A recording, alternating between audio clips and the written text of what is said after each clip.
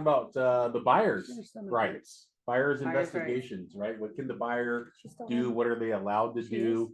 And how do they go about doing that? So we have the buyer's investigation of property and matters affecting the property. So the buyer shall have the time specified in paragraph 303. So that is going to default at 17 days unless you guys change the investigative period.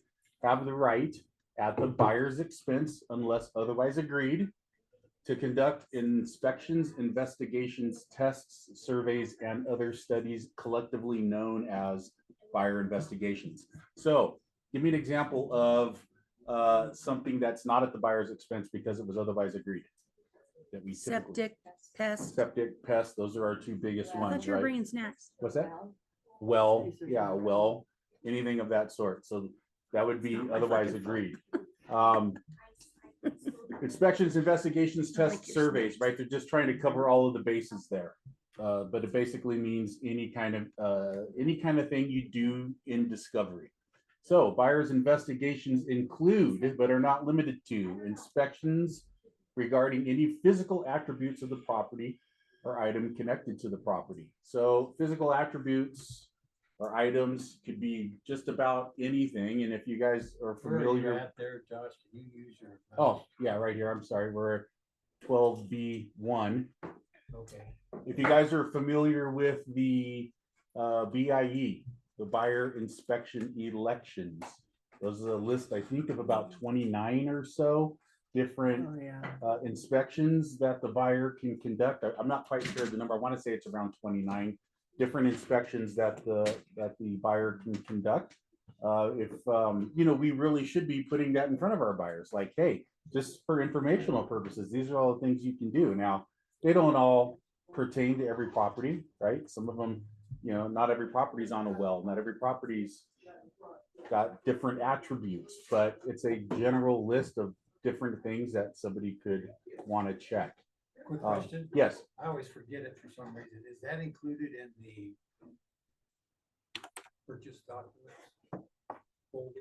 I think we have the BIE sitting in there. Correct. I think I have a copy So of I the should- BIE sitting in You there. want to print all of them out when you're doing your listing, signing Mhm. those. Or the buyer when you're signing the offer, right? The BIE is going to be for the buyer, and the BIE on a form does say on the top of it right there, this is a form to be used between the buyer and the buyer's agent, or the buyer and the buyer's broker. So sometimes you'll get a transaction coordinator or a listing agent asking for a copy of your BIE, and it's not for them to have, right? It's a form for us to have, right? As the buyer's side, the buyer's broker, the buyer's agent. So those forms, yeah, it just says it right there, like in clear words, right up on the top. Okay, so what kind of general things do we do? Well, a home inspection, right? That's our biggest one. So a home inspection, an inspection for lead-based paint. When would you do a lead-based paint home inspection? Before 19. Come on, you're so close. 78. 78. Very good. 78 over here. I like it. An inspection specifically for wood destroying pests and organisms. So what are we looking for when we talk about wood destroying pests or organisms? Termites, active termites, rot. and dry rot. Subterranean. So what is dry rot? Dry rot is when No, what is it? What kind of pest is dry rot? it's section one. Yes, it's spongy wood. But it's still a pest. It's an organism. Let's put it that way. It's an organism. What organism creates dry rot? Water. Nope. Water, yes. Mold, fungus. It's a fungus. Fungus among us. It's a fungus among us, right? So it takes water. What does a fungus need to thrive and survive? It needs Moist organic conditions. material to eat, wood, and water, moist conditions, just like mold needs an organic material and water. No water, no dry rot. No water, no mold. So we're looking for what other animals other than termites can eat wood? Carpenter ants. Carpenter ants. Nice. We're not looking necessarily for mice. So vectors, which would be mice, rats. Droppings. Yeah, though you'd find droppings, right? Your house might be infested, but that wouldn't. So we're specifically looking for things that will destroy wood. Oh, Okay, and these types of inspections, in a pest inspection, we're looking for items specifically looking at wood destruction. Now, mouse droppings can be a completely separate issue. Julie, can you explain to the team here what happens when you have massive infestation of mice in a house? Since you got two examples of it. The buyers get super icked out. Well, they get super ricked out, but it's like, what about, oh, Yeah, wait, so- we got a Zoom user I gotta bring in over here. Hold on 1 second. There we go. In they come. Sorry, a little late on bringing in that Zoom user. Who dat? Okay, not sure. know, it Could says be, Zoom could be, GOT down in Bakersfield. It could be Cheryl. I'm not sure. But, okay, so, Peyote Jay.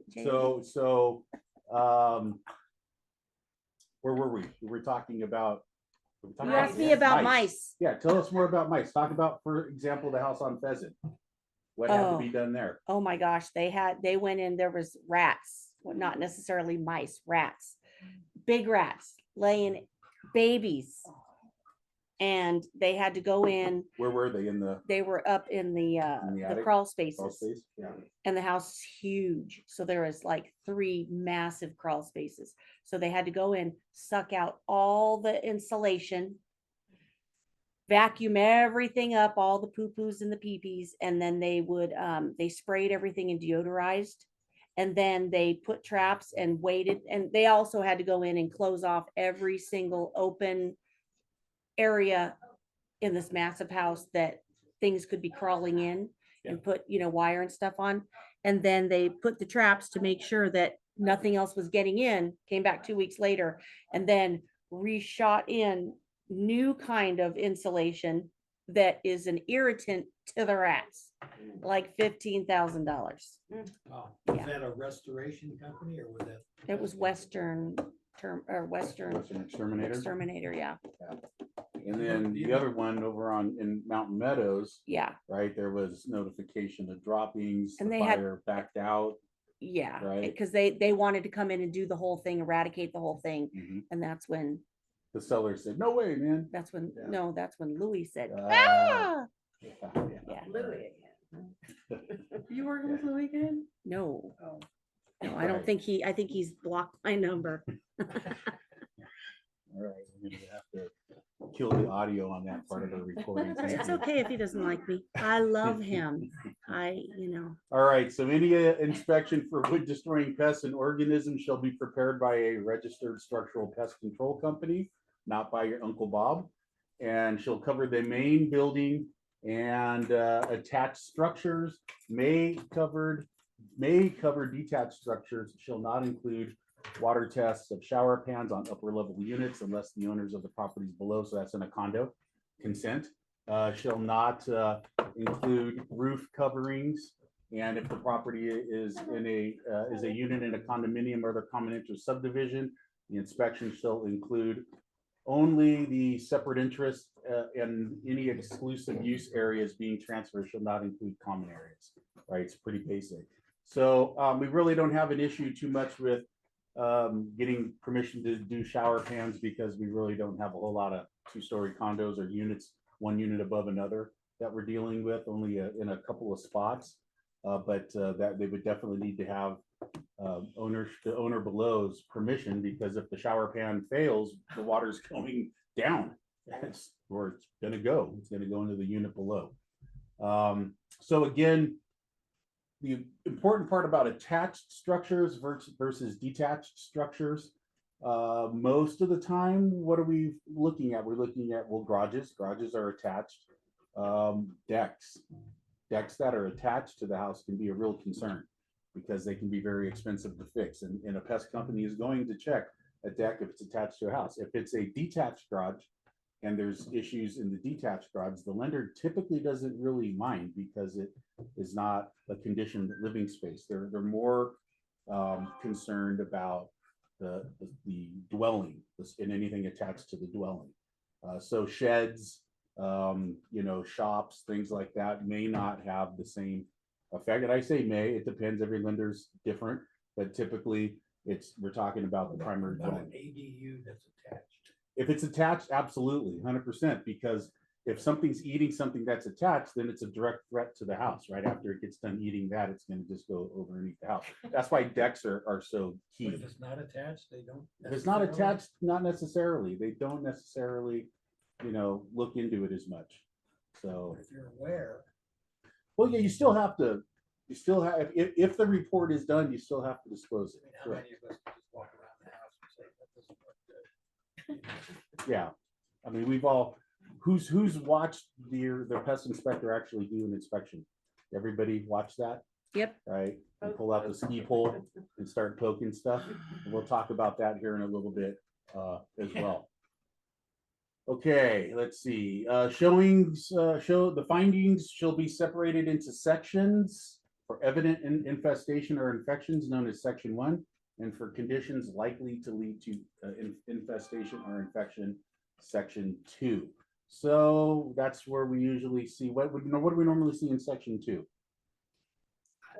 Ground to dirt around the. Yeah, so we got Where the grading comes structure to in. earth contact, right? structure of earth, yeah. What other things do we see? Wood pile next to the house. Wood pile, especially like, what about in a crawl space under a house? If there's any kind of cellulose debris down there, cardboard, wood, drywall, anything that might attract, right? Because these subterranean termites are going to smell it and then they're going to move towards it, and now they're going to be in the crawl space. What and we'll about, see that. is an evidence of a leak an issue at all? Absolutely. So Yeah. water Section stains, 2, water water stains. Bad drainage. Yeah. Yeah, bad drainage Water. from the house, possibly, absolutely, if it's right next to the house. That'll probably just show up on a home inspection usually too. Right. But water stains, because they want to test why. So what do a pest company check? On the exterior, they're walking around poking the outside of the house. And the interior of the house, they're usually going in and looking underneath your sinks. And what else are they checking in the bathrooms typically? They usually check the toilets to make sure that they're securely fastened. Oh, yeah, Right, because a lot of times if you got a loose toilet and there's leakage down there where the O-ring's supposed to be, Oh, like you end that up one? usually getting a lot of damage Leakage, around. not in the bathroom. Especially if you're on a second Whatever. floor or on a subfloor, you can have a lot of damage Right. in the wood around the bottom of that as well. Okay, let's see. What other things can a buyer look for? Any other specific inspections of the physical condition of the land and the improvements? Investigations of any matter affecting the property other than those that are specified as separate contingencies. So you get to investigate anything. Buyers investigations do not include, among other things, an assessment of the availability and costs of general homeowners insurance, flood insurance, and fire insurance. Why? Because now that's in a separate contingency now. Remember, insurance. The availability and the cost of insurance is separate, so it is now being removed. It used to be here, now it's removed. And so it says you see your buyer's investigation advisory. So the BIA is attached to every offer that we write. It's part of the bundle. All right, it tells the homeowner that you have the right to investigate. So the BIA, we're with the BIE. So the buyer's investigation advisory with the buyer's inspection election should give you a really great conversation. Two documents you can use with your buyer to really talk to them about how we're going to approach investigations. Okay.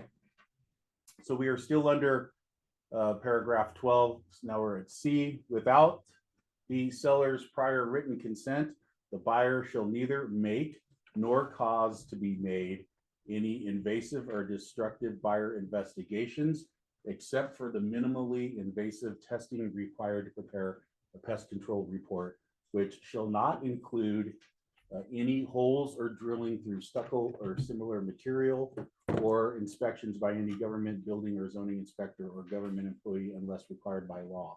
Okay, so we're not supposed to rip things apart. We're not supposed to cut open the floor because we can't look somewhere. So I actually had a home once here in town on, I can't remember, F Street, I think it was. And the original home had been added onto, but the way that the foundation was, when they went to look underneath for pests, there was a section of the foundation that was completely walled off and we couldn't see in that spot. So the only way we could do it was to get the homeowner's approval, go into the closet of one of the bedrooms and cut a square out of the hardwood floor so that we could pop it open and look inside and see whether or not there was any subterranean termites or any issues in there. Right, but we couldn't just do that. Like the pest inspector's not going to just do that. We have to get the seller's permission.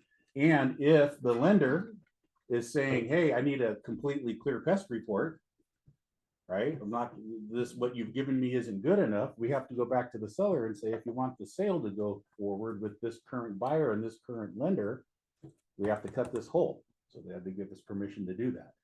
So again, when we talk about the typical minimally invasive testing, that's what we're talking about when we see that pest inspector walk around with the ski pole and punch holes in things, but they're not supposed to do damage. Same with the home inspector, not supposed to do damage to the house. So if there's have you ever seen on a home inspection report or on a pest report, there's an area that wasn't accessible, right? They said this area Yes. wasn't accessible. In the garage, there's too much junk. Too much junk in a garage, right? Those guys aren't going to sit there and move everybody's stuff. Like So if you mine. have a seller who has a bunch of junk in their garage, let them know, hey, we're going to have a pest report. We need to start pulling everything into the center of the garage if you're going to have all that stuff there. Otherwise, we're going to lengthen our escrow period. We're going to lengthen our investigations period because we're going to have to come back and look at this again a second time. Okay, what shall the seller do? Make the property available for all buyer investigations.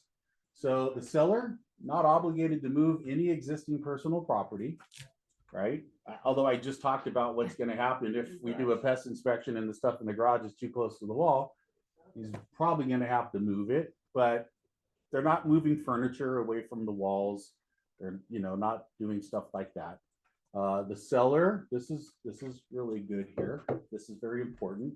Shall have the water, the gas, and the electricity and all operable pilot lights on for the buyer's investigation and through the date possession is delivered to the buyer.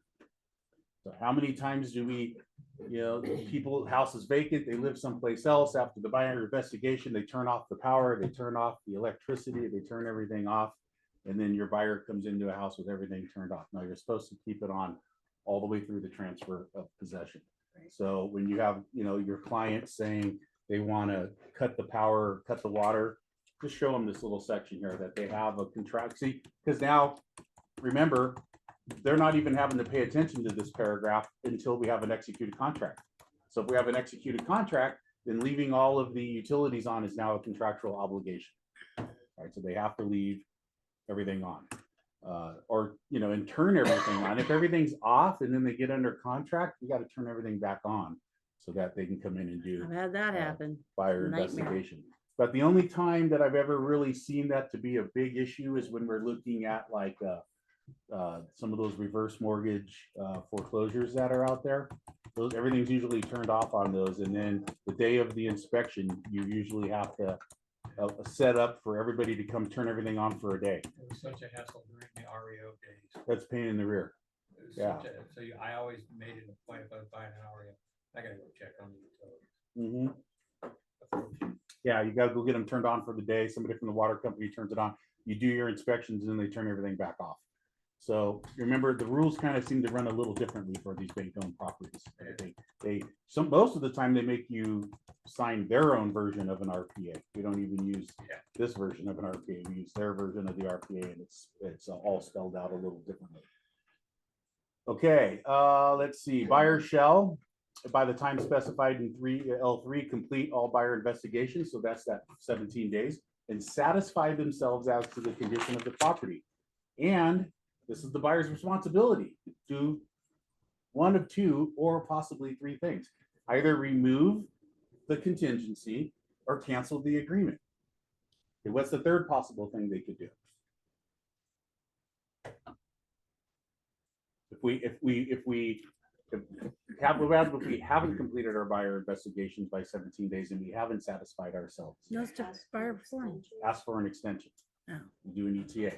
So in the 17 days, we're supposed to complete our investigations and satisfy ourselves. If we've done that, and we either remove the contingency, like, hey, we are good, let's remove it, please if guys, as buyers agents to, continue to build the trust within our network of realtors, when we get to that point, remove your contingency. Don't wait for them to ask for it. If you're truly satisfied and everything is good and you want to move forward, remove your contingency or cancel. If your buyer says, hey, I don't like the condition of this property, get out.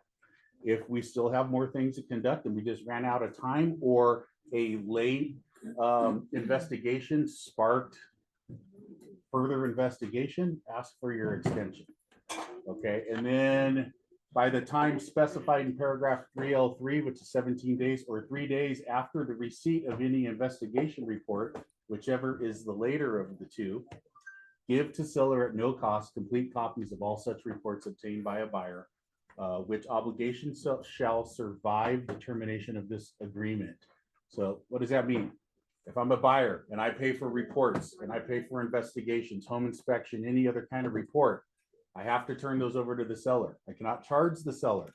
Even if I cancel the contract, even if I say, you know what, we had a home inspection report, I don't like this, I'm canceling immediately, I cancel, I still have to give them the home inspection report, and I cannot say, well, I paid for it, you need to buy it from me. No, it stays with the It house. stays with the house. And the part where it says shall survive the termination of this agreement.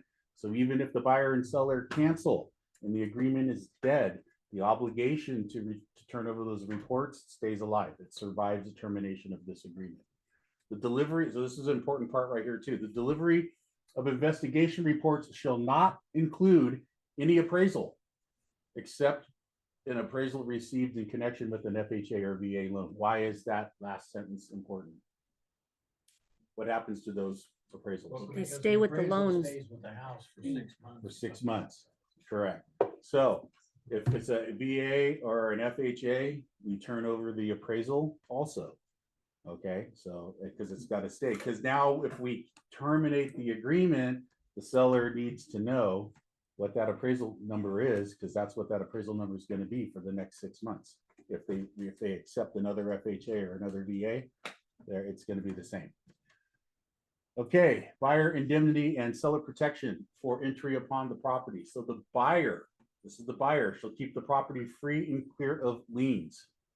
So this means if you hire somebody to do something, Mr. Buyer, you pay for it.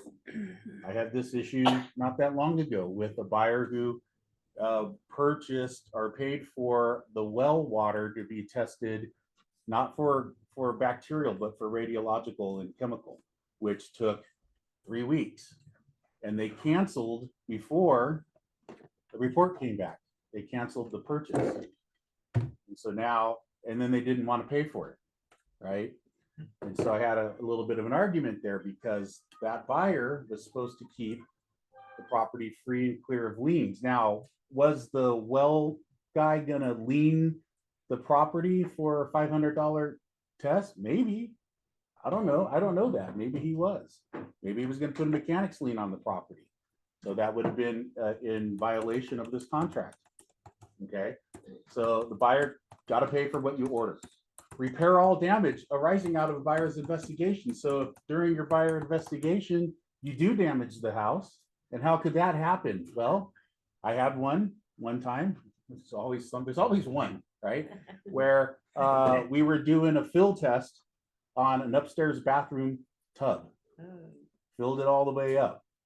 Well, the homeowner didn't know that one of the roommates she had in the past, who didn't separate peacefully, had gone into the tub, opened up the service panel, and unhooked the P-trap. So when we pulled the plug to see the water run out of the tub, it started raining in the kitchen. Came right through the roof, right through the ceiling. That takes a lot of thought and effort to be. It was crazy. We were like, what is going on? Why do we hear water all over the place? And we went downstairs and it's just pouring through. Oh, Right. yeah. Story. Home inspection. Home inspector goes there, turns on the shower in the master bathroom. Lets it run, make sure it's draining properly. Everything's cool. Turns it off. Maybe even fills it up for a little bit. And turns it off. And we're going back into the house. All of a sudden I look at the wall between where the bathroom was, the tub was, and the living room. Water flowing through there. It was from grout that had deteriorated. Anyway, and my buyer being very wise, well, how long has that been going on? That means mold. That means I want a mold inspection. It was an REO, by the way, and they agreed to it, $2,000. Ooh. Got a credit to the closing costs. It moved on. And I know. Probably never. He grinded it up. I Well, guess. if anybody was at the TAR meeting that they had the mold guy, who was at that meeting? Yeah. What did he basically say about mold? No big deal. No big deal. Yeah, he's like, it's the most overblown thing on the planet. It's not going to hurt you. You're fine. That's basically what he said, Well, right? Yeah. Yeah, He but basically said the entire mold industry is a scam, well, more or less, in a little more words than that. but they okay. He honestly, he was like, yeah, I don't know what you give me. This is ridiculousness. So But this stuff people is say around you that all the mold time. makes them sick. Yeah, he's pretty much. He said, like, if you're worried about that, you shouldn't breathe because it's Oh. floating around Yeah, us he just all the pretty time. much said no matter where you go, what you do, you're gonna run into it, and some people are more sensitive than others to it, and that doesn't necessarily mean that it's like Yeah. the worst thing in the whole world. It was, yeah, this guy was like, pretty high up there too. So anyway, so back to what we're talking about here. So in my case, my buyer was responsible for the damage that was caused by that water running out, even though the house was defective. It was during our investigation. We created the damage. All right. So if you do damage the house, you have to pay for it, buyer. And you have to indemnify and hold the seller harmless from any resulting liability claims, demands, damages, and costs. Okay. So here's the part this part is really important. I get asked this question a lot. Does the real estate agent have to be at the house during the home inspection? No, No or yes? No. Either of them? No, Any of them? no. no, No, why? because you get a report and It's just. he's kinda licensed good to and be bonded, there. Who? the inspector. Inspector carries insurance, right? Yes. So the buyer shall carry, or the buyer shall require anyone acting on the buyer's behalf to carry policies of liability, workers' compensation, and other applicable insurance, defending and protecting the seller from liability for injuries to persons or property occurring during any buyer investigation or work done on the property at the buyer's direction prior to the close of escrow. Okay, so we don't have to be there. Nothing in this contract ever says that we have to be there. Right? We're there as a service to our clients. We're there as a service so we can go over the report with them and make sure that one of these home inspectors isn't talking our client right off the cliff. They're trying to keep everything, what's the word I'm looking for?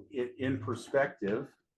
Okay, but there's nothing that our liability insurance is going to cover. So the buyer has to either get their own insurance policy or make sure that the people coming in have insurance policies. So this is how we protect sellers from a buyer bringing in Uncle Bob again, who has no insurance, right? Is a handyman and thinks he knows everything about houses. Uncle Bob's not supposed to be walking up on the roof, going in the attic. Buyer's not supposed to be going up on the roof, going in the attic, right? A lot of times they want to do that, and it's difficult because we're out there with our clients. We're trying to have a rapport with them and blah, blah, blah. And the buyer, like I had a guy who was an engineer and he wanted to go into the crawl space so bad because he wanted to crawl around up there and find where the shear wall was because he was an engineer. He wanted to look at the shear wall. I'm like, dude, sorry, you cannot climb in the attic of this guy's house. What's a shear wall? Shear wall it's a structural wall that protects against the twisting of either impact of wind or also seismic activity. So you have things that keep it from falling down. This keeps it from twisting. So it's usually it's a structural How wall. long has that been in the building? I'm not sure how long that's been around. Probably since the 1960 maybe. I would have to go back and that's a good question. I would know it if I saw it. So when you're looking at a home being built and it's all just, 2x4 still, the shear wall is usually mostly an interior wall. It'll have the OSB, the oriented strand board, that plywood that looks like chipboard all glued together, running down both sides of the 2x4s. That's your shear wall. So it's a structural component that helps the everything from twisting. Okay, let's see. So we have to defend and protect the seller from people getting hurt, right? Because here's a true story. I was doing a remodel on one of my houses, and because I didn't have a contractor, I was doing the remodel myself.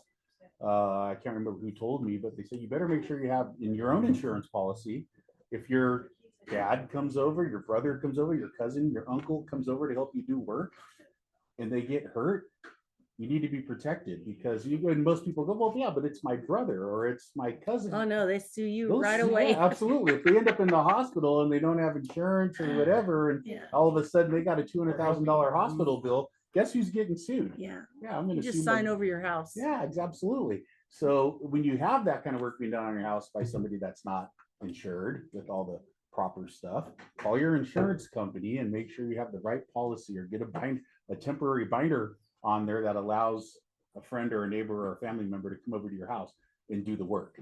Okay. So just good little note. And sometimes I tell that to my clients too, when they say, oh, we're going to fix this up. My dad, okay, well, do you have insurance for that? Okay, seller is advised that certain protections may be afforded the seller by recording a notice of non-responsibility for buyer investigations and work done on the property at buyer's direction. So basically there is a form that the buyer and seller can sign that, again, would indemnify the seller from any issues, right? I am not responsible for anything that you guys do here that might result in some kind of injury, loss, etc. Buyer's obligation under this paragraph, again, shall survive the termination of this agreement. So again, going back to the buyer who did not want to pay for that well test, even though we canceled the contract, they're still responsible for paying for that well test. All right.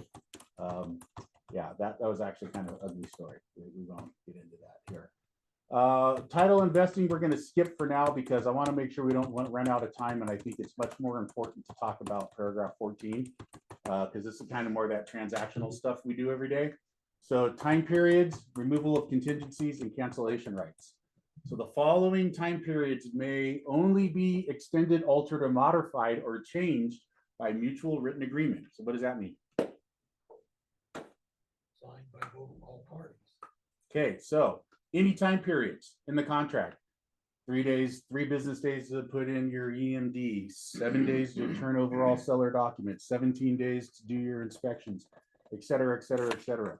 All of those time periods that are in this entire contract can only be extended, altered, modified, or changed by mutual written agreement, signed by both parties. Mutual, right, means both sides. Written agreement, usually in an addendum, an AEA, an amendment, an extension of time, something. There's a form out there, but that's the only way you can do that. Any removal of contingencies or cancellation under this paragraph by either the buyer or seller must be exercised in good faith and in writing. Okay, so it's got to be in good faith. That one's a little bit objective or subjective, right? Subjective, not objective, right? Good faith. Who defines what that means in this case? And how do you do these? You do them on a form CRB, so that's contingency removal buyer, CRS, contingency removal seller, or CC, cancellation of contract. So we're talking about removing contingencies or the cancellation. Now, you probably heard me say this before. So California, active or passive contingency removal state? Active. More active. What does that mean? Much more active. Well, what's the difference? What's a passive contingency removal? They don't care if you remove it or not. So kind of, sort of. So there are some states that are passive, meaning when the 17th day comes and goes, the contingency dissolves with it. It just disappears. It just passively goes away. Active contingency removal means that there has to be an action done for it to be removed. In California, the buyer or whoever's removing the contingency actively has to sign the contingency removal form to remove it. It doesn't just disappear.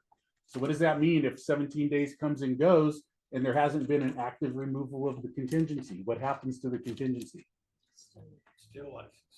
Yeah, it's still there. It continues. It continues on. How long does it continue on? Until it's removed. Yeah, in perpetuity, right? Until it's actively removed.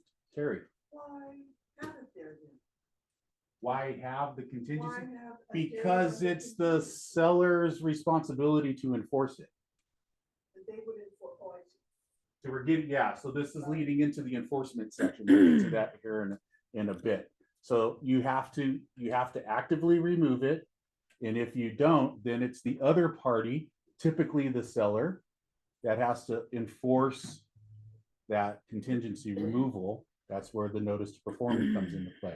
Why do I say typically seller? Because the buyer has the majority of the contingencies and the seller has very few, right? The seller typically has how many? 2, maybe. That's if they have an SPRP, right? The discovery of and the ability to purchase a replacement property. Those are the really only 2 contingencies that they have. Okay, so delivery of documents. So the seller shall, within the time specified in 3 and 1, that was 7 days, deliver to buyer all reports, disclosures, and information known as reports for which the seller is responsible, as specified in paragraph 7A, 9B, 6, 10, 11A, 11B, 11C, 11D, H, K, L, M, N, O, 13A, 13D, and paragraph 32. So what those basically all are is if you wrote in NHD, that's going to be in there. I think like 9B6 is probably, no, I'm thinking of a different one. All of the 11s that you see up there are going to be all of your statutory disclosures, your liened and leased items, you know, all the things that you have to turn over. That's what that's all talking about. We're not going to go back and click them all, but this also includes if you write in a pest report, if you write in a SWIPY, all of those things are going to be included in there. Okay, so they have 7 days to get everything over. So now what does the buyer get for review? Buyer review of documents, repair requests, contingency removal, or cancellation. So the buyer has the time specified in paragraph 3 to perform, I think that's supposed to say 3L3. I think they messed up, 17 days, to perform investigations, review all disclosures, reports, lease documents to be assumed by buyer. Let's see, 9B6 was lease documents, and other applicable information which buyer receives from the seller, and to approve all matters affecting the property and deliver to seller signed copies of statutory and other disclosures delivered by the seller in accordance with paragraph 11. So we got 17 days to do this, perform our investigations, review our docs, sign everything, and get them back over. The buyer may, within the time specified in 303, that's 17 days, request that the seller make repairs or take any other action regarding the property. We do that on a form RR. Very important sentence. Seller has no obligation to agree or respond to the buyer's request. So if they do respond, they would respond either on the RR or they would generate their new form, the RRRR, which is their response. But they have no obligation. They don't have to agree. Why do they not have to agree?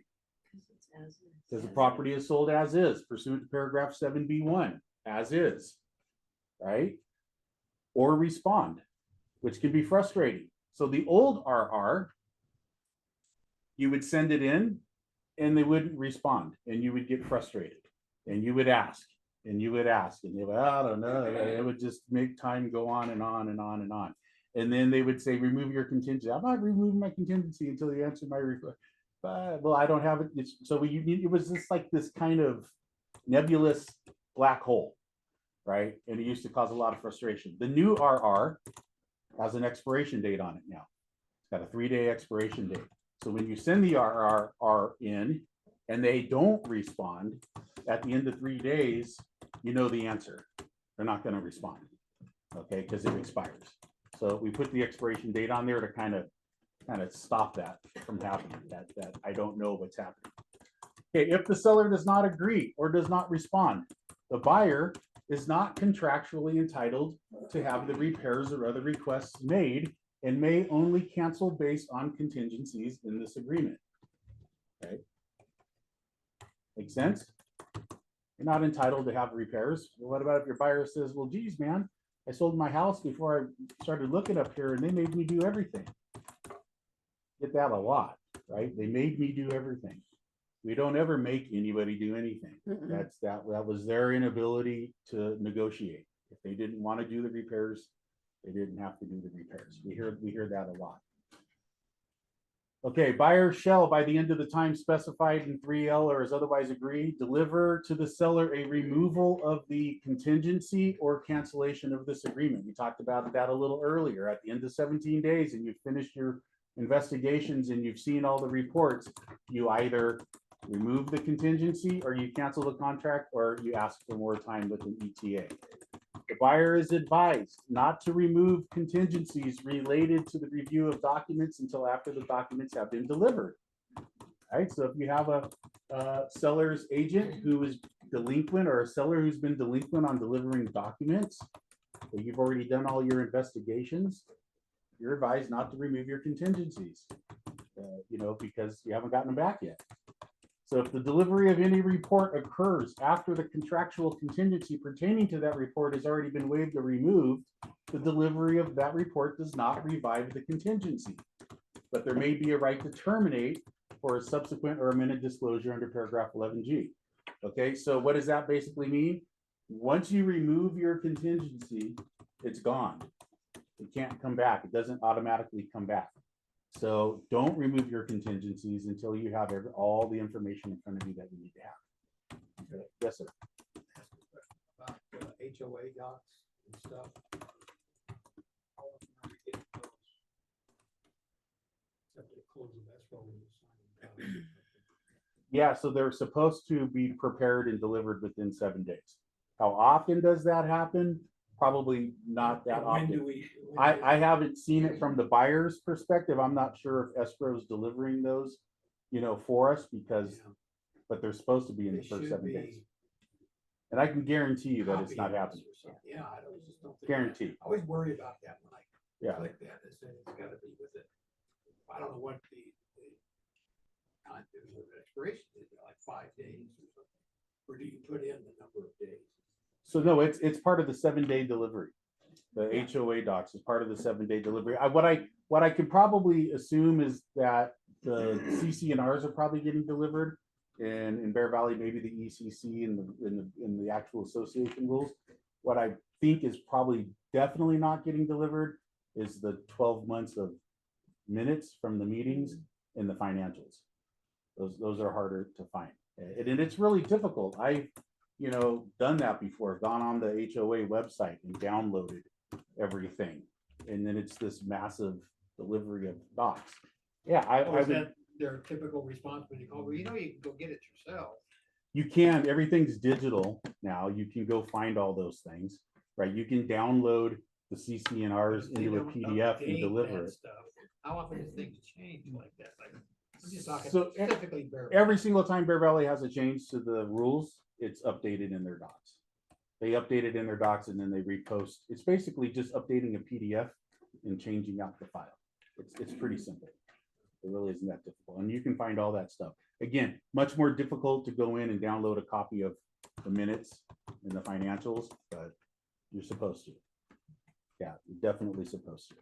And yeah, I know as a seller in there, I haven't really paid much attention to delivering the docs. What we normally put like on the TDS and stuff is go to bvsa.org and go to BVSA CSD and download. They're right there. So it's a good question, and I could probably have a nice conversation with an attorney up at CAR. Things are different. It didn't used to be that everything was digitally available online.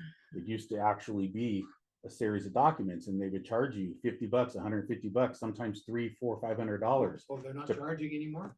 It's just a transfer fee now. Is basically just to get you out of, like, I know that Stallion doesn't charge, Golden Hills doesn't charge. Everything's available online. I mean, you can literally click, download the document, and deliver it to the buyer. think buyers are mostly concerned about anything that gonna cost them money.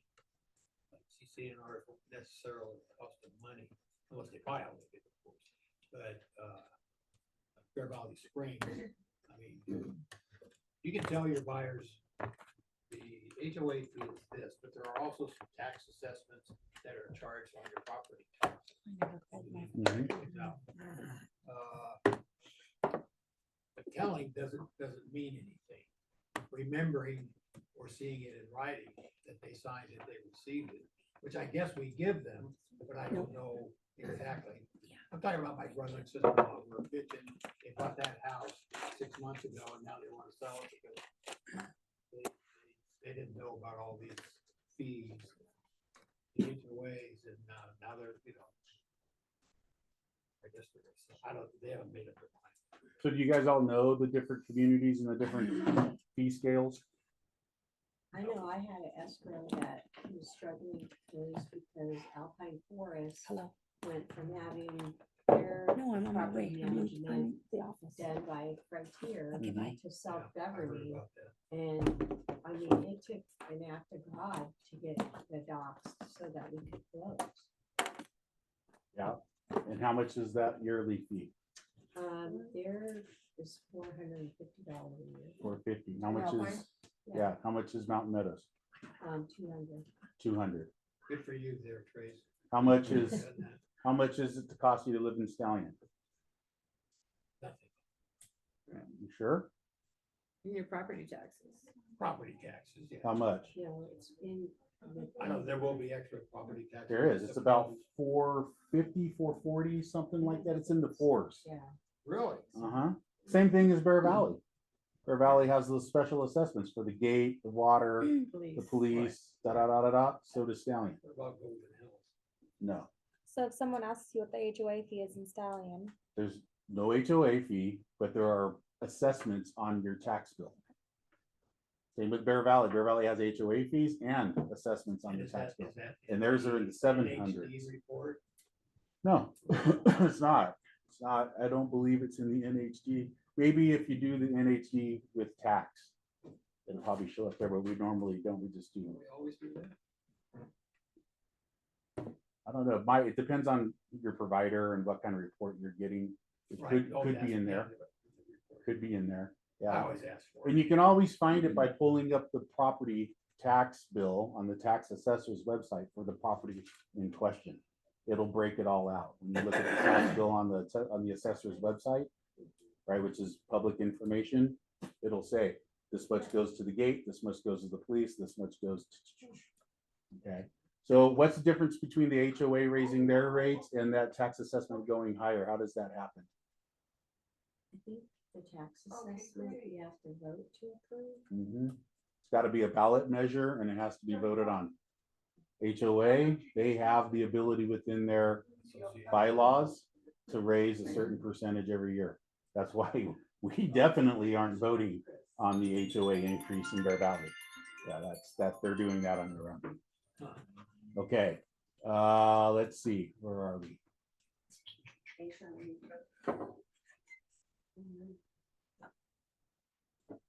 Okay, we were there. Continuation of contingency. Okay, even after the end of the time specified in paragraph 3L and before a seller cancels if at all pursuant to paragraph 14C, buyer retains the right in writing to either remove contingencies or cancel this agreement based on remaining contingencies.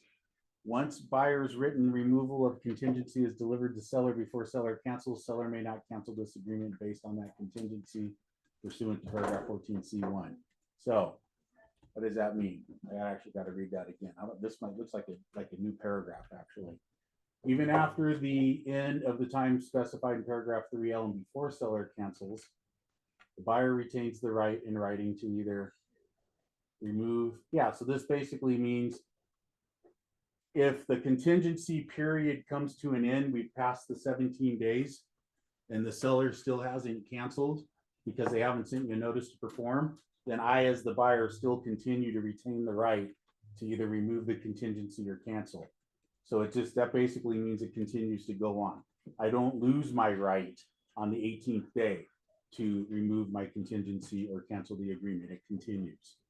Okay. Once the buyer's written removal of contingency is delivered, so once I actually deliver that contingency removal, the seller then loses their right to cancel on me because I've removed that contingency now. So they can't send me a notice to perform or cancel on me based on that contingency. So that's pretty basic. Okay, seller right to cancel. So this is where it gets a little bit more choppy. Seller right to cancel buyer contingencies. If by the time specified in this agreement, the buyer does not deliver to the seller the removal of the contingency or cancellation of this agreement, then the seller, after first delivering to the buyer a notice to perform, may cancel this agreement. In such event, the seller shall authorize the return of the buyer's deposit, except for fees incurred by the buyer. Okay, so a couple of things that are really important right there. First is the seller cannot cancel unless they send the buyer a notice to perform. So a seller cannot unilaterally cancel a contract unless it's their contingency that they're canceling based on. So that would be SPRP, right? They have the ability to find a property and to close on a property. Let's say 12, 13 days into that, they figure out they're not going to be able to find a property to replace their property, and they change their mind about selling because they're not going to be happy with where they're going. They can just turn around the next day and cancel on the buyer. Say, sorry, we're going to cancel this deal. I can't find anything out there. But 95% of the transactions we do don't have an SPRP in place. So typically the seller cannot cancel until they send a notice to perform. Cannot unilaterally pull out of the contract. So that's number one. Second most important thing is the contract is already telling you right here that if you cancel on a buyer who has not removed the contingency, then you shall authorize the return of the buyer's deposit. It's not even an argument. It shouldn't even be an argument. It's telling you right here in the contract. Buyer has a contingency in place.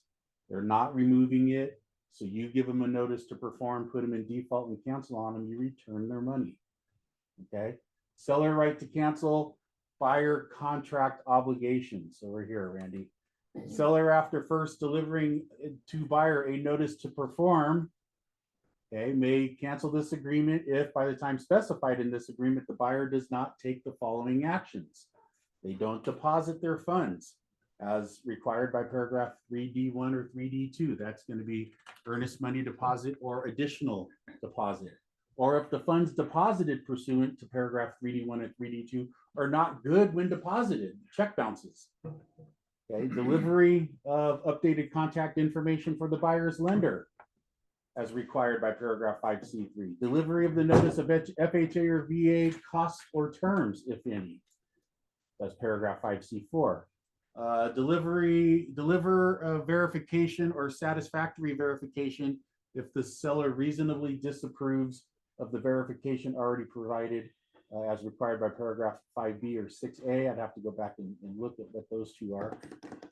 Deliver a letter as required by 6B in writing, assume or accept leases or liens specified in 8H. Return statutory and other disclosures as required by 11F. Cooperate with the title company's efforts to comply with GTO, which I believe is, I think that one is your non-foreign status. Sign or initial a separate liquidated damages form. So all these different things. This is a long list of things here. Basically, the difference between the first paragraph and the second paragraph. The first paragraph is 100% dedicated to contingencies. The second paragraph is completely dedicated to contractual obligations. Okay, so when you look at, let's go to, pull this over a touch.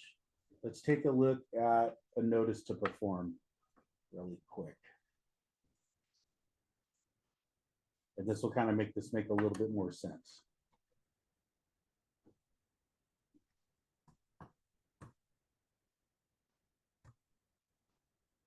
Is it NTB? There's NTB. Buyer or seller, I think. Yes. There. We'll just put in notice, that might do it. Maybe a bunch of notices pop up. I think it's a B, NPB, or an S, NPB.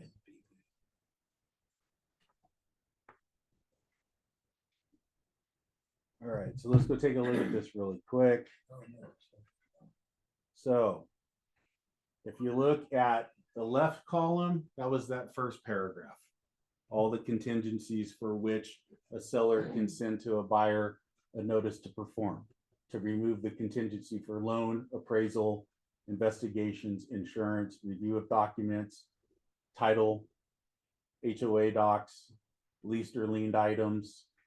This would be COP entering into contract and COP closing their property when they buy. So these are the contingencies. And then if you, I guess, develop other contingencies, create other contingencies, you would write them in here.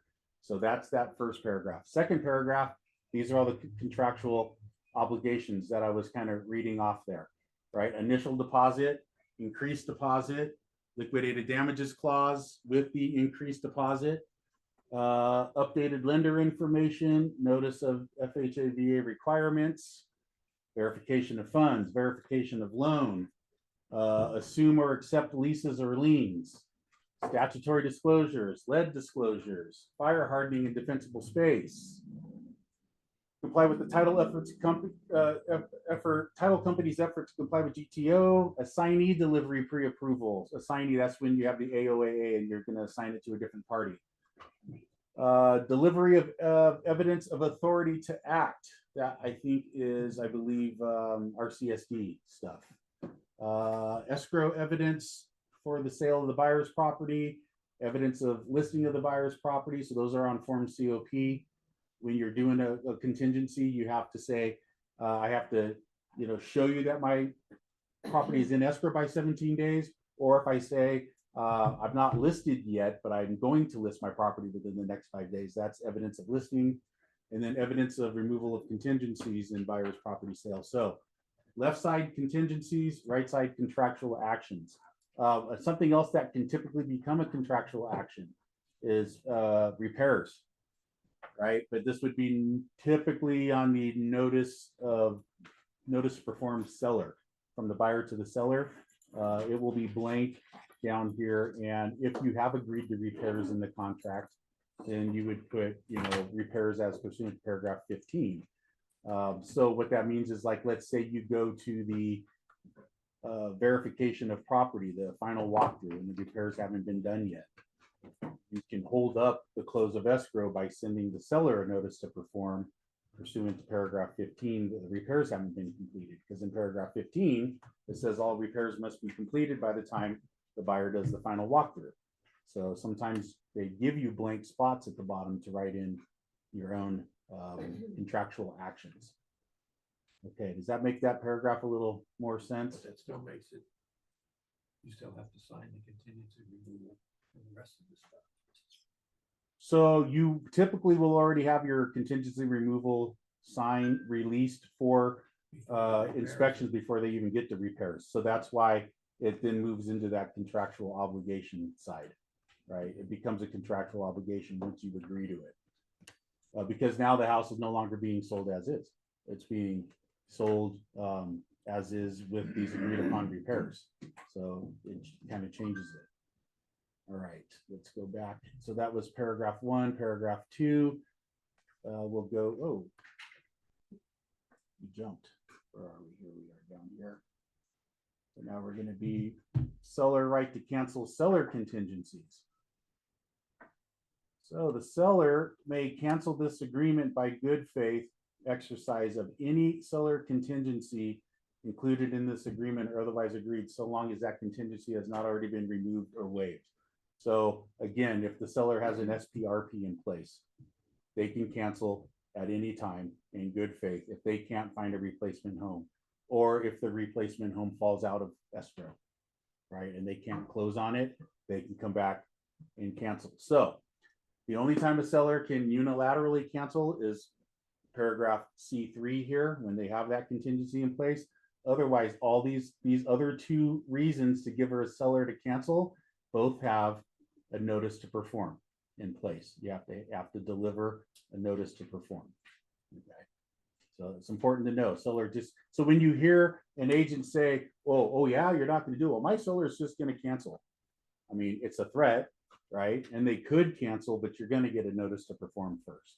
And it has to be for a valid reason. Okay, so I've heard a lot of those threats in my time in this industry. We're just going to cancel on you. Yeah, go for it. We'll sue you. We'll sue you for non-performance. Okay, buyer's right to cancel, completely different, right? Buyers can usually unilaterally cancel. If actually they can cancel anytime they want, really, but they're usually protected if they have a contingency in place. They can cancel at times and be at risk of losing their deposit, but they can still cancel. Who's had a buyer cancel on the last day of escrow, even after they removed all their contingencies? On the last day. Yeah, somebody was just telling me that yesterday. Stacy Peel was in here and she was telling me she had one. They got right down to the very, very last day. And the buyer said, you know what, I'm out. I don't want to do this. So it's like, and you work that hard, you work 29 days just to have everything fall apart. Okay, buyer right to cancel seller contingencies. So if by the time specified in this agreement, the seller does not deliver to the buyer removal of a contingency or cancellation of this agreement, then the buyer, after first delivering the seller a notice to perform, may cancel this agreement. So what does that mean? We get under contract, there's an SPRP in place. Seller has 17 days to go find a replacement property.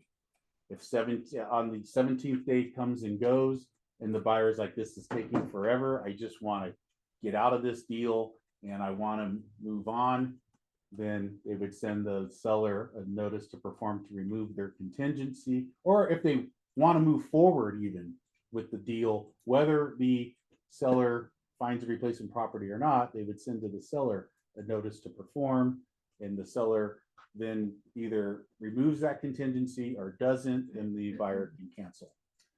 Okay, buyer's right to cancel on seller contract obligations.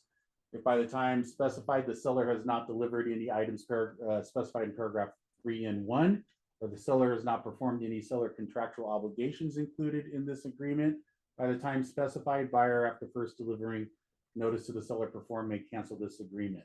So seller doesn't deliver documents in the first 7 days. Okay, you would then send the seller a notice to perform. Seller still doesn't send you documents by the end of the 9th day, you can cancel. Okay. Even like disclosures? Yeah, they don't deliver disclosures and reports and such, because theoretically, from a pure contract decision, you're not canceling based on your investigation in contingency, because you've really never had a chance to complete your investigations, because the seller has blocked you from completing your investigation by not delivering to you the documents. Right. So in a pure good faith exercise, you would not be canceling based on a contingency that you own. You would really be canceling based on a contractual obligation that the seller failed to do. So to do that properly, if you haven't received the documents yet, you would send them a notice to perform, and then you could cancel. Now, here's what we normally do, which is paragraph 3, buyer's right to cancel buyer contingencies. Buyer may cancel this agreement by good faith exercise of any buyer contingency included in paragraph 8. Right, that's what we typically do, or otherwise agreed. So as long as that contingency has not already been removed in writing, right? So we receive all the information, we do all of our investigation, we receive all the reports, we look at it all, and we go, we don't like this house, we want to move on. We have a contingency in place. Or I can't find insurance, or I can't find insurance that's affordable. Okay, so then we would cancel based on paragraph 8. Notice to buyer or seller to perform. You guys have traditionally hated this paragraph. The notice to buyer to perform or notice to seller perform shall be in writing. It shall be signed by the party, either the buyer or seller that is delivering, and it shall give the other party at least 2 days after delivery, or until the time specified in the paragraph, whichever occurs last, to take the action. So you can write a notice to perform and make it 3 days or 4 days, but why would you? The purpose is to put force in pressure on the other side. So it's 2 days. Now, sometimes I'll see a notice to perform comes my way and they write 1 day in the box or in the space next to the 2, right? They say 1 day. Can they do that? No? Less than 2 days. Can't be less than 2 days. If you want to be able to write 1 day in the box, when you're negotiating this RPA and a counteroffer, you have to say that we're going to change paragraph, what is this paragraph 14? Yeah, 14E to 1 day. You have to agree to that before you execute this contract to then be able to give them a 1 day notice to perform. Because you're agreeing in this contract that you have to give at least 2 days. You cannot make the notice to perform any less than 2 days. Okay. Notice to buyer to perform or notice to seller to perform may not be delivered any earlier than 2 days prior to the scheduled performance day to remove the contingency or cancellation of this agreement or meet an obligation specified in paragraph 14, except for close of escrow, which will be delivered under the terms of paragraph 14G. Okay, so performance day. So this is where you guys always get confused, and I don't blame you. So if a performance day falls on a Saturday, Sunday, or a legal holiday, whether or not it lands on a Saturday, Sunday, or a legal holiday. So when we count out our days, the 17th day is the 17th day, no matter what, which means that you can deliver this notice to perform no sooner than 2 days before that, so on the 15th day. Just understanding and knowing that if the scheduled performance day falls on a Saturday, Sunday, or holiday, it will automatically give them an additional day after to perform the action. We'll get to that soon, and I probably just confused the hell out of you. Yeah. Okay, all right. So I count 17 days forward. And let's say the 17th day is a Thursday. I have no problem. On the 15th day, I deliver the notice to perform. It gives them 2 days to do the action. I can't send it on the 14th day because this says I can't send it any earlier than 2 days. So I can only send it on the 15th day. When they receive it on the 15th day, they now have 2 days. So that means on the 17th day, which is 2 days later, after the 17th day, I now have the right to cancel. Now the performance day, the scheduled performance day, that 17th day, it gives them until 11:59 at night of that day. So you can't say like at 5:01 on the 17th day, you cannot cancel. You have to wait till midnight, which is really the morning of the 18th day, because you have to give them all the way to the end of that 17th day. So, yes. Quickly, real quick, notice to the listing or buyer's agent. Yeah, this would be Not typically, delivered to the buyer or the seller, which is notice to the agent. so you have to deliver the notice to perform, has to be signed by your client, and it has to be delivered to Oh, that's right. the other side, to their agent. It doesn't have to be delivered to them personally, it has to be delivered to their agent. Okay, so it can show up 2 days prior, and it gives them those 2 days. The reason why you want to send it on day 15 is because then you can cancel the morning after the 17th day. If you wait until the 17th day to deliver it, you must give them 2 days. So now they have until the morning after the 19th day, right? So you want to send it on the 15th day. Or if it's a, 14 day, you modified the contingency to 14 days, you send it on the 12th day. So that on the morning after the 14th day, you can cancel. If you get to 17 days and then they don't remove it, and it's day 18, and then it's day 19, and it's day 20, and you're like, hey, you guys are going to remove it. And now your seller's like, hey, what's going on? How come we're not getting these things removed? And it's the 22nd day. And you finally send them a notice to perform on the 22nd day. You have to give them till the morning after the 24th day. which is the morning of the 25th day to cancel. So that's why you don't want to be derelict when you're representing a seller. You want to stay on top of these things. If your 17th day is here, you send it on the 15th day. Now, let's say you get to the 17th day and they haven't removed the contingency yet. Do you have to cancel? No. But you have them in default of contract, right? They're out of contract, they're in default. You can continue to give them time, right? Because maybe you don't have a backup offer. Maybe your client doesn't want to cancel. You want to give them more time. But at least you've done your job. And at least your client can't come back to you and say, hey, you didn't represent me well. No, I absolutely did. I enforced your contract.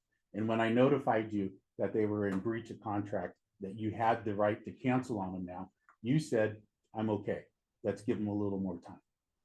Right. But the other way that you don't want to get to is it's 23, 24 days into it. Now your client's pissed at you because they want out of the contract and now you got to give them 2 more days. You're wasting their time now. Now you didn't do it correctly. Okay, so we're going to just real quick jump to days because this is the perfect time to jump this in. So we have what are called counting days. Okay, this is probably like one of the most important sections of the contract that nobody ever reads because it's down here in all the, this is the definitions section, right? Like acceptance means this and agent means that. Counting days, very, very important. So counting days is done as follows unless otherwise agreed. The first day after an event is the first full calendar day following that event and ending at 11:59 p.m. For example, if a notice to buyer to perform is delivered at 3 p.m. on the 7th calendar day of the month, or acceptance of a counteroffer is personally received at 12 noon on the 7th calendar day of the month, then the 7th day of the month is day 0 for purposes of counting days to respond to the notice to perform or calculating the close of escrow date or contingency removal dates. And the 8th day of the month is day number 1. Okay, that makes sense? We execute a contract today, it's day 0. It's not day 1. Tomorrow is day 1. Because you could have executed it at like 5 p.m. 5 p.m., 8 in the morning, 11:30 at night. Right. Could have been, so you could lose an entire day. If we count today as day 1 and we don't even execute till 9 p.m. tonight, the whole day's lost. So your acceptance day is day 0. On a notice to perform, the delivery day is day 0. Okay, then the following day is day 1. The following day is day 2. So that's why when you deliver a notice to perform on the 15th day, it's day 0. You give them 2 days, the 16th day and the 17th day, right? Does that make sense now? Does that make a little more sense? That's why we deliver on the 15th day. If it's a 17-day contingency, they have Because that first day of delivery doesn't count. is 0. Yeah. The 16th day is day 1 and the 17th day is, which is what they were supposed to get rid of it, is day 2. Now it says, let's see, all calendar days are counted in establishing the first day after an event. All calendar days are counted in determining the date upon which performance must be completed, ending at 11:59 p.m. on the last day of performance. So all calendar days are counted. So what does that mean? It means they're talking about Christmas, they're talking about New Year's, they're talking about all that kind of stuff, right? Saturdays, Sundays, holidays, they're all counted in those days. So even though there's a holiday coming up, 30-day escrow, still 30-day escrow. The only time that think that would change, I think, is I don't even know if escrow, I think they still even count like Christmas and everything too. It's just that if it falls on Christmas, they don't count Christmas. It goes in the next day or any holiday. So we'll get to that here. It's Christmas. Okay. After acceptance, if the scheduled performance day for any act required by this agreement, including close of escrow, lands on a Saturday, Sunday, or legal holiday, the performing party shall be allowed to perform on the next day that is not a Saturday, a Sunday, or a legal holiday. And that day is now known as an allowable performance day, and it ends at 11:59 p.m.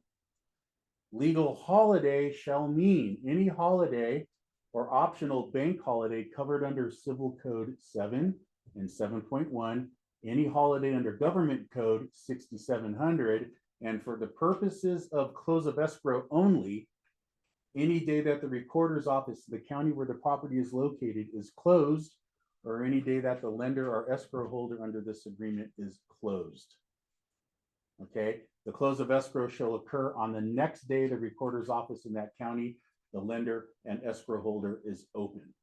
So I think, didn't they close on like some recent holiday that nobody else, what was it? I think like, Veterans Day. or like Columbus Day. I think they're closed on Juneteenth. Juneteenth, In the middle of the Columbus Day. Yeah, they close on those days, right? And those might not be holiday days, but if the county recorder's office is closed or the escrow office is closed, then That counts we kick it over another day because they are because closed. they're closed. They Yeah. can't perform, they can't, the seller wouldn't be able, the buyer and seller wouldn't be able to do anything because the parties that they need to do the action are closed. Right. Okay, COE, close of escrow, is considered day zero for purposes for counting days that the seller is allowed to remain in possession if permitted by this agreement. So when we have an SIP in place, the day that we close is day zero. It's not day one. Okay, the day after we close escrow is day one. So what does this mean? All of this stuff. So now I have a contingency that the 17th day is a Saturday. Okay. The notice to perform and contingencies cannot end on a Saturday or a Sunday or a holiday. You must allow them one extra day. So if my 17th day is a Saturday, that means the 15th day is a Thursday. On the 15th day, I can still give them a notice to perform because it says I can give a notice to perform 2 days before the scheduled performance date, which is Saturday, the 17th. They So still have until Monday. They still have till Monday because I have to give them an allowable performance day because a performance day cannot be a Saturday, a Sunday, or a holiday. So I still, on the 15th day, deliver that notice to perform, but now I got to give them until Monday. At what time on Monday? 11:59 p.m., which means I really can't cancel till when? Tuesday morning. I really can't cancel Tuesday. I don't think my seller and I are going to be waiting up together on the phone for midnight. I think a good way to remember that is that you basically like have to think of it as like escrow is closed on those days, right? So a notice to perform is like, is escrow open? No, like they like. I mean, that's a good tool. It's a good tool to because use. it's like it makes it because it makes sense. Yeah, it just makes kind sense. of makes sense. It makes Like sense. if escrow isn't So- open, then a notice to perform needs an extra. day. What we need to really be careful of, and we've seen a lot, it hasn't happened so much lately, it used to happen a little bit more, but I think we've been talking to them a lot about it over the last few years and they've gotten better about it. We used to see if the close of escrow landed on a Saturday, the escrow companies would just kick it to the Friday before. It'd be like 29-day escrow, and they would set it up as 29 days. So when you get your escrow instructions, look at them, see where they see their acceptance day, and then you make sure their acceptance day is the same as yours, right? The day that the contract was executed, and count those 30-day forward. And if it lands on a Saturday, make sure they're kicking it over to the Monday, right? Supposed to kick over to the Monday. If you want to make it the Friday, how do you do that? Amendment. Who has to sign that amendment? Buyer and the seller have to sign that amendment, right? They have to sign the amendment to say, we want to do it on the 29th That day, might that be in Friday. case, we gotta move that weekend. Yeah, We could need- be. We need to have that sort of closed. Yeah. Absolutely. So again, though, we don't make those decisions. We don't make those decisions that are comfortable or easy for us or more convenient for us. Escrow doesn't make those decisions. What do they deem is more comfortable or easy for all the parties agree. You have to have the parties to agree to do that. Okay, so this again kind of comes back into things like earnest money. I have earnest money deposit. I have 3 business days to deliver it. If I get under contract on a Thursday and Monday is a holiday, then when does my earnest money have to be in by? 3 days. Well, what, Oh, name, tell me what day. So I Tuesday. execute on a Thursday and Monday is a holiday. no, No, Wednesday, 3 because you got days Friday, starts. you got Friday as your first day, because it was executed on a Thursday. Okay, and then you said And Monday's a holiday. Monday's a holiday, so So they you- got till Wednesday. Until Wednesday. Right, to get that earnest money in. So that's how you, so just think about it that way. All right, so this part can get a little hard, I would say, when you're, trying to figure this part out. That paragraph on counting days is always helped me out a ton. It makes it pretty Especially if clear. you're having a brain fog day, it's like, Okay, so here's one little other change that I want to go over before we kind of wrap this up here for the day.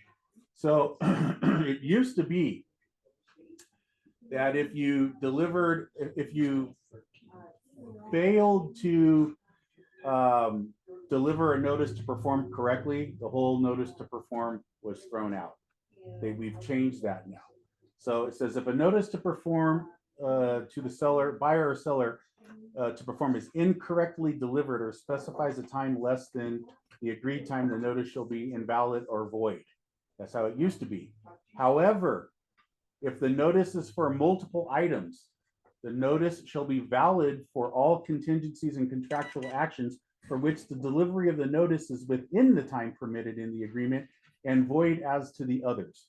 So it used to be like if I'm trying to get multiple things, if I'm sending you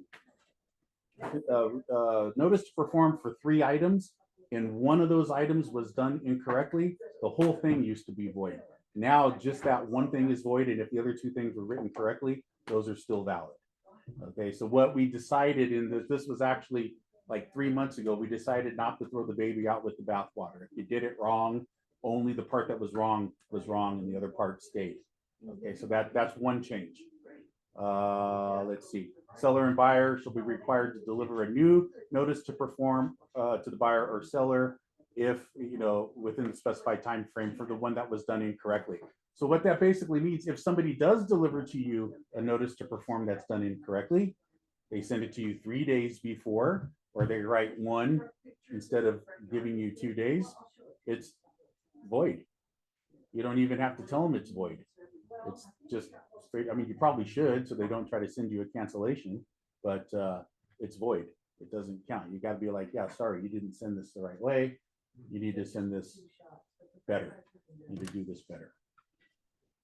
Okay, and then let's see, effective removal of contingencies. So if a buyer removes any contingency or cancellation right, unless otherwise agreed, the buyer shall conclusively be deemed to have completed all their investigations and review of reports and disclosures.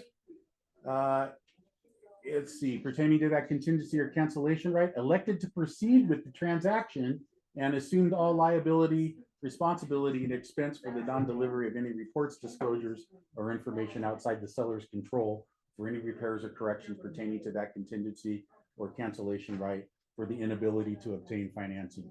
Okay, so basically, if you remove your contingency, you are giving up your cancellation rights based on that contingency. And if you remove that contingency, all parties shall agree that the buyer accepts the property in its in the condition for that particular contingency. Okay. Removal of seller contingencies. If the seller removes any contingency or cancellation rights unless otherwise agreed, the seller shall be deemed to have satisfied themselves regarding such contingency and elected to proceed with the transaction. All right, and given up any right to cancel this agreement based on such contingency. So if you don't have an SPRP in place, you can't stick one in at the last second. You have to sell your house and be homeless. If you give up your SPRP and remove that contingency, you're moving forward. Okay.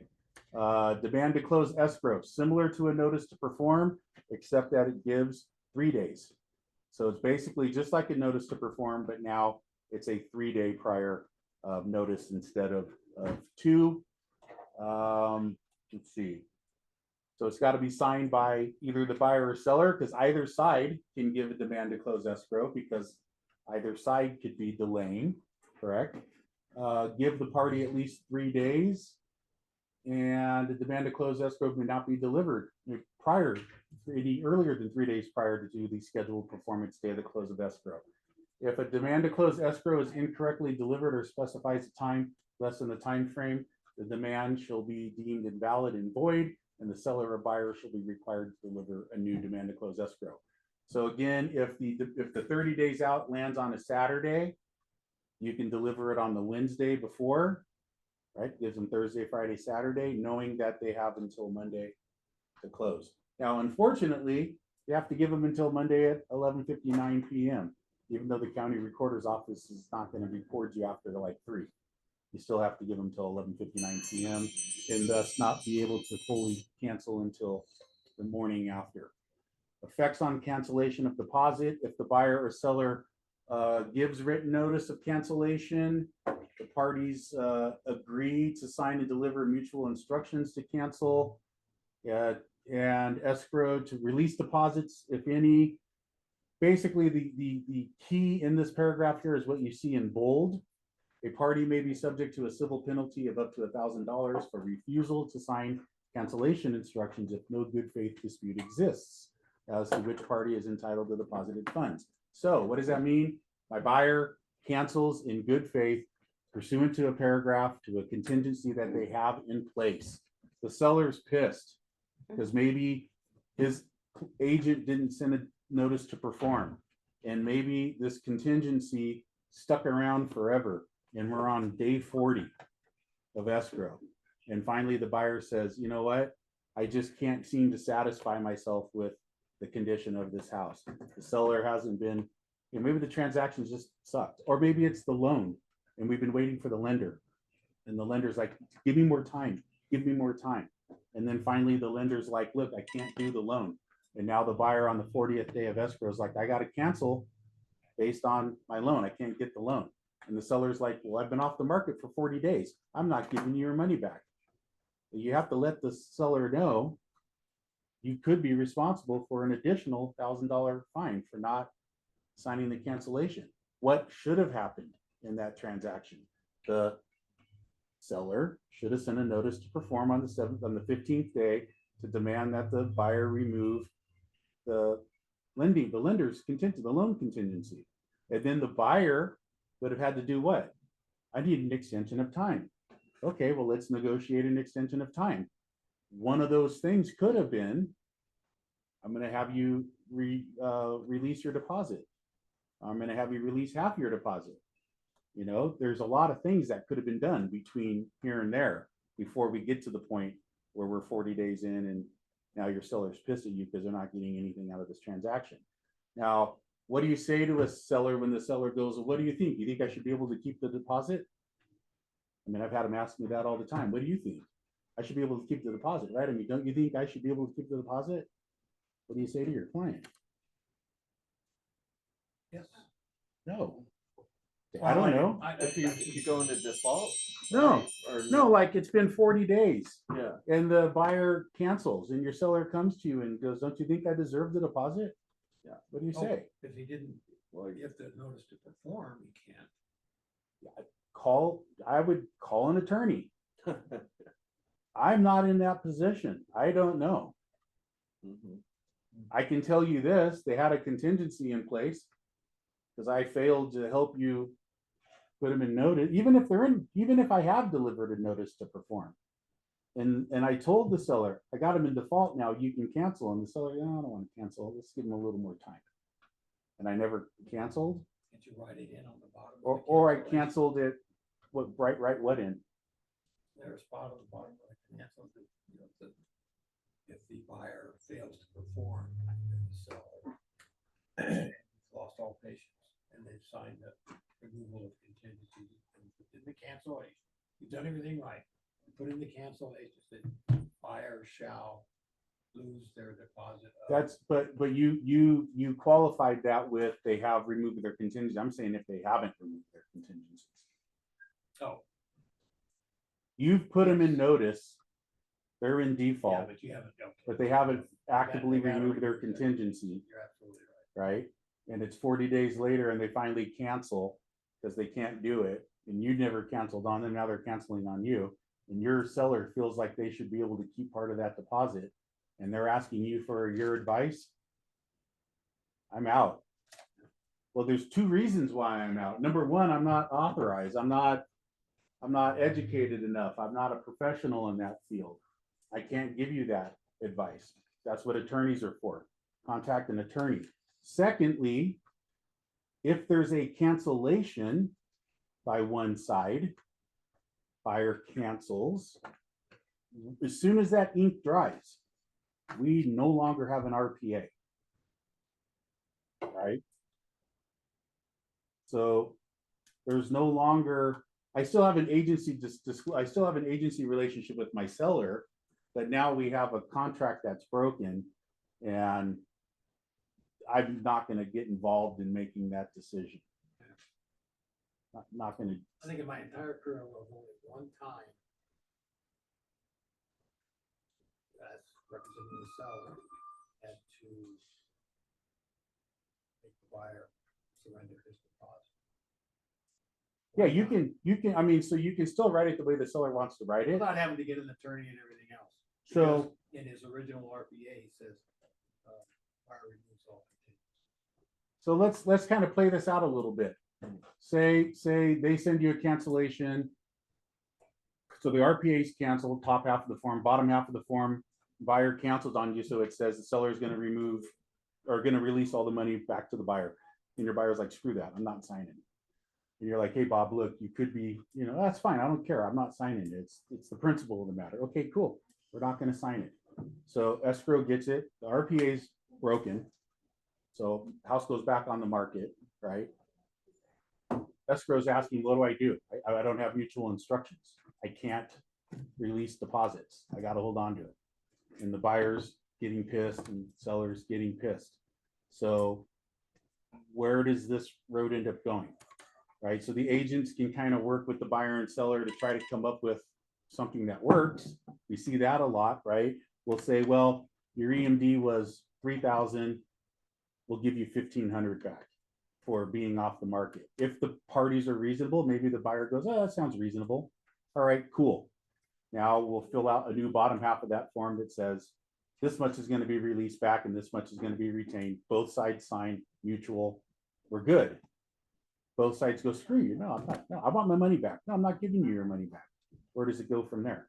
Mediation. Goes to mediation. Yeah, we go to mediation because we have that section of the contract assigned, right? Any disputes go to mediation. If we go to mediation, you're gonna, you know, they'll figure it out there, right? So that's pretty much how that goes. If you don't sign the mediation clause on the contract, where does it go? Yeah, right? If you don't have a mediation clause signed or an arbitration clause signed, because those are optional signatures, they don't have to be there, then you end up going straight to litigation, right? And if you go to litigation, then that can get even uglier, and that can end up costing even more money. Yeah. We don't want to get lawyers. Now you'll see some buyers and sellers are like, no, screw mediation. Mediation sucks. I don't like mediation. I have a great attorney, or I'm an attorney. I want to sue. Sure. But you know, we get into these situations where now you got one party that is signing a mediation and the other party that isn't signing mediation. We got to come to some agreement on it, right? So, so there's that. But yeah, I would say in all those situations, do not give advice on where the money goes. Do not give your opinion on where the money goes. It's not up to us to make that decision. Okay. So, and same thing with your buyer. When your buyer starts, well, how come I'm not getting my money back? Yeah, I don't know. That guy over there didn't want to give it to you. Well, how do I get it back? Well, we might have to have an attorney. You might have to call your attorney and send him a cute little letter that says, please give it back. You know, otherwise we're going to go to mediation or whatever. So just don't ever get into that spot. All right, any questions about all that today?